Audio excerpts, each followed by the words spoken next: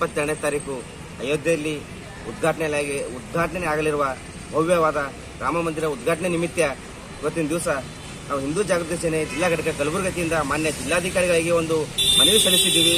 ಆ ಮನವಿ ಏನಿದಪ್ಪ ಅಂದ್ರೆ 22ನೇ ತಾರೀಕು ಏನು ಉದ್ಘಾಟನೆ ಆಗಲಿರುವ ರಾಮ ಮಂದಿರದ ನಿಮಿತ್ತ ಕಲಬುರಗಿಯಲ್ಲಿ ಇರುವಂಥ ಎಲ್ಲ ವೈನ್ ಶಾಪ್ ಆಗಿರ್ಬೋದು, ಹಾಗೆ ಏನು ಮಾಂಸಾಹಾರಿ ಚಿಕನ್ ಶಾಪು, ಮಟನ್ ಶಾಪು ಎಲ್ಲ ಶಾಪ್ಗಳನ್ನು ಸಂಪೂರ್ಣವಾಗಿ ಒಂದು ದಿನದ ಮಟ್ಟಿಗೆ ಬಂದಿಡಬೇಕಂತ ಇವತ್ತಿನ ದಿವಸ ನಾವು ಮಾನ್ಯ ಜಿಲ್ಲಾಧಿಕಾರಿಗಳಿಗೂ ಮನವಿ ಸಲ್ಲಿಸಿದ್ದೀವಿ.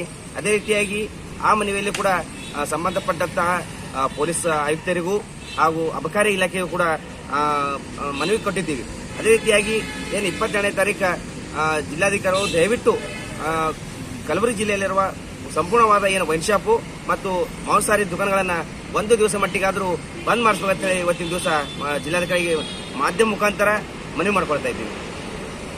22ನೇ ತಾರೀಕು ಅಯೋಧ್ಯೆಯಲ್ಲಿ ಉದ್ಘಾಟನೆ ಆಗಲಿರುವ ಭವ್ಯವಾದ ರಾಮ ಮಂದಿರ ಉದ್ಘಾಟನೆ ನಿಮಿತ್ತ ಇವತ್ತಿನ ದಿವಸ ನಾವು ಹಿಂದೂ ಜಾಗೃತಿ ಸೇನೆ ಜಿಲ್ಲಾ ಘಟಕ ಕಲಬುರಗಿ ವತಿಯಿಂದ ಮಾನ್ಯ ಜಿಲ್ಲಾಧಿಕಾರಿಗಳಿಗೆ ಒಂದು ಮನವಿ ಸಲ್ಲಿಸಿದ್ದೀವಿ.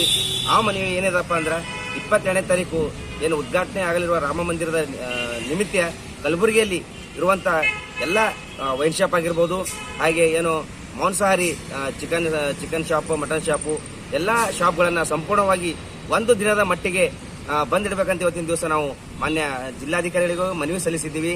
ಅದೇ ರೀತಿಯಾಗಿ ಆ ಮನವಿಯಲ್ಲಿ ಕೂಡ ಸಂಬಂಧಪಟ್ಟಂತಹ ಪೊಲೀಸ್ ಆಯುಕ್ತರಿಗೂ ಹಾಗೂ ಅಬಕಾರಿ ಇಲಾಖೆಗೂ ಕೂಡ ಮನವಿ ಕೊಟ್ಟಿದ್ದೀವಿ.